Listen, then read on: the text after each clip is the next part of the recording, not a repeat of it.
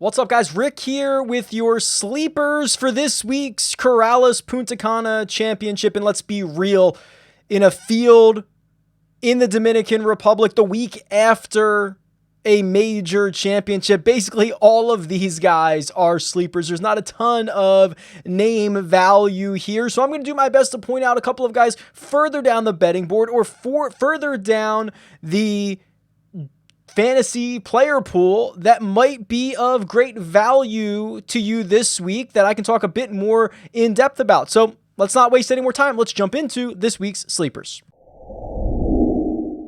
Rob Oppenheim is 80-1 to win this golf tournament. He is $7,600 on DraftKings. And what I like most about Oppenheim is that compared to his peers, he's playing pretty well right now. 3 straight cuts made, including no worse than a 36th place finish. That came at the Safeway Open. That was in his last start. But a T15 at the Wyndham Championship and a T29 at the Barracuda certainly goes a long way. Rob Oppenheim has played the Corales Puntacana Championship once. It was 2 years ago, and he finished in 35th and in the what I would argue is one of the most correlated courses to any other course. This is such great history with Paspalum greens. The Puerto Rico Open, a strong correlated course. Well, Rob Oppenheim had a top 10 there this year back in February, a T9. So when you put all of that together, a guy who's playing well, who's played well at this specific event and has played well at a correlated course, Rob Oppenheim,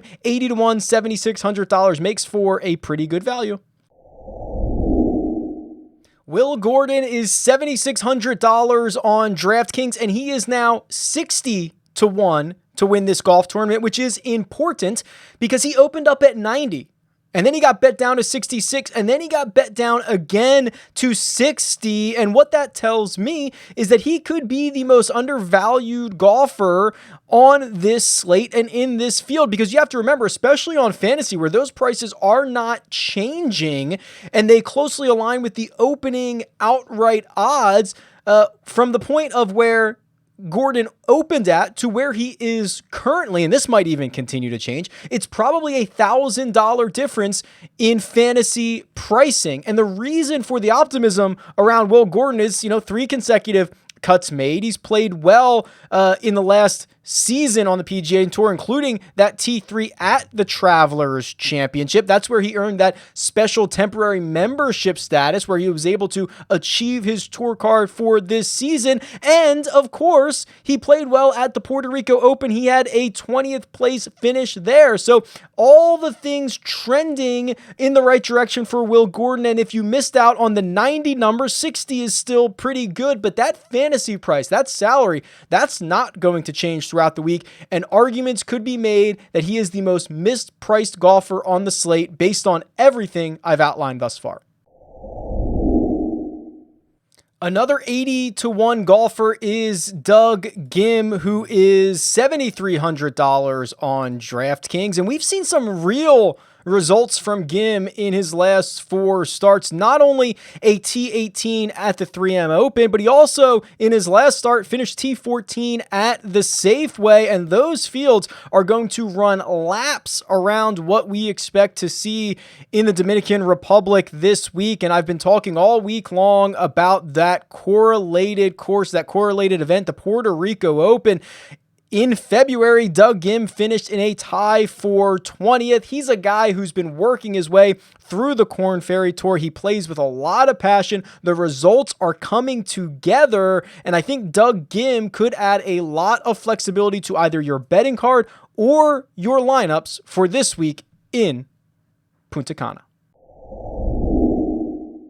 We are going really deep on Akshay Batea, who is $125-1 to win this golf tournament. He is $6,900 on DraftKings. And what you have to remember about Akshay is that he is 18 19 years old. He is super young. He is super raw. He decided to forego college and turn professional. And for his first 7 starts on the PGA Tour, that did not work out very well. He missed the cut in all of them, with, quite honestly, his putter being the big bugaboo. But something happened at the Safeway 2 weeks ago. He finished in a tie for 9th, the only time in his career that he gained strokes in all 4 major strokes gained categories, and that finish actually earned him entry into this week's Corales Puntacana Championship. So you've got to think you've got a raw, talented, high-risk, high-reward golfer who is freewheeling it in an event that he just got into. You got to think the momentum is going well for Akshay. And don't forget, just missing 7 cuts in a row, that is by no means the end of the world. What did Justin Rose miss to start his career when he was a similar age? 16, 17, 18 in a row. Certainly not comparing Akshay to Justin Rose, but understand he's going to be raw. He's going to be volatile, but what we saw at the Safeway was one of the better versions that we're going to see from this kid at his current moment. I think he's interesting, and I think he's cheap, so he could be a good value play this week.